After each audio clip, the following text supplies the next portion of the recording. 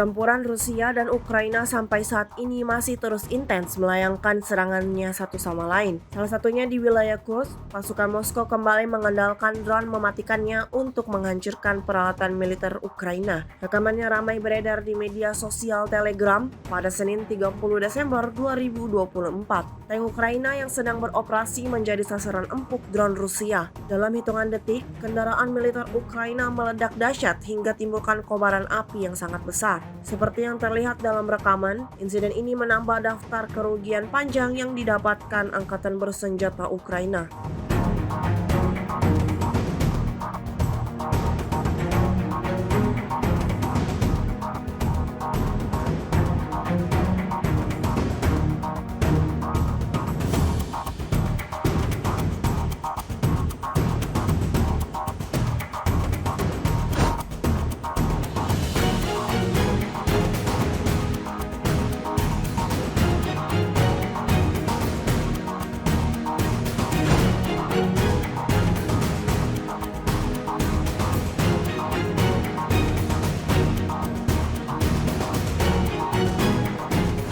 Download Tribun X sekarang, menghadirkan lokal menjadi Indonesia.